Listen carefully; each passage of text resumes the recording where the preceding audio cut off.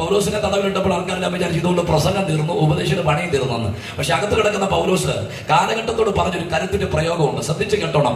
എന്റെ കൈ ചങ്ങലക്കിടാം, എന്റെ കാല് ആമത്തിലിടാം, എന്നെ ഉരുക്കി തീർത്ത് അഴിക്കകത്തിടാം, പക്ഷെ ദൈവത്തിന്റെ വചനത്തിന് ബന്ധനമില്ല.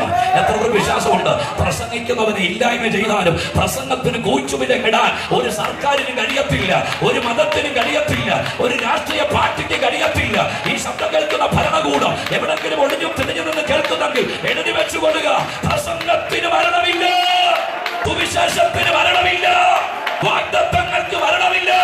രാത്രി പ്രസംഗിക്കുന്ന എണ്ണയോ വിരുപ്പാസ്ത്രയോ തല്ലിക്കൊന്ന് പെട്ടിക്കകത്തിട്ടാലും ഞങ്ങൾ പ്രസംഗിച്ച വചനം ഈ പന്തളത്തിൽ ചരിത്രം സൃഷ്ടിക്കും. വിശ്വസിക്കുന്ന എത്ര ദൈവമക്കളുണ്ട്? അകത്തളത്തിൽ കൈകാലികൾ കൂട്ടിക്കെട്ടിയിരിക്കുമ്പോൾ ലോകത്തോട് പറഞ്ഞ് ഞങ്ങളെ ബന്ധിച്ചു, പക്ഷെ ഞങ്ങൾ പ്രസംഗിക്കുന്ന വചനമുണ്ടല്ലോ, അതിന് കെട്ടിയിടാൻ ശക്തിയുള്ള ഒരു ചങ്ങലയും ഈ കാലഘട്ടത്തിലില്ല, അതിനെ ഒതുക്കാൻ പറ്റിയ ഒരു തലമുറയും ഈ കാലഘട്ടത്തിലില്ല.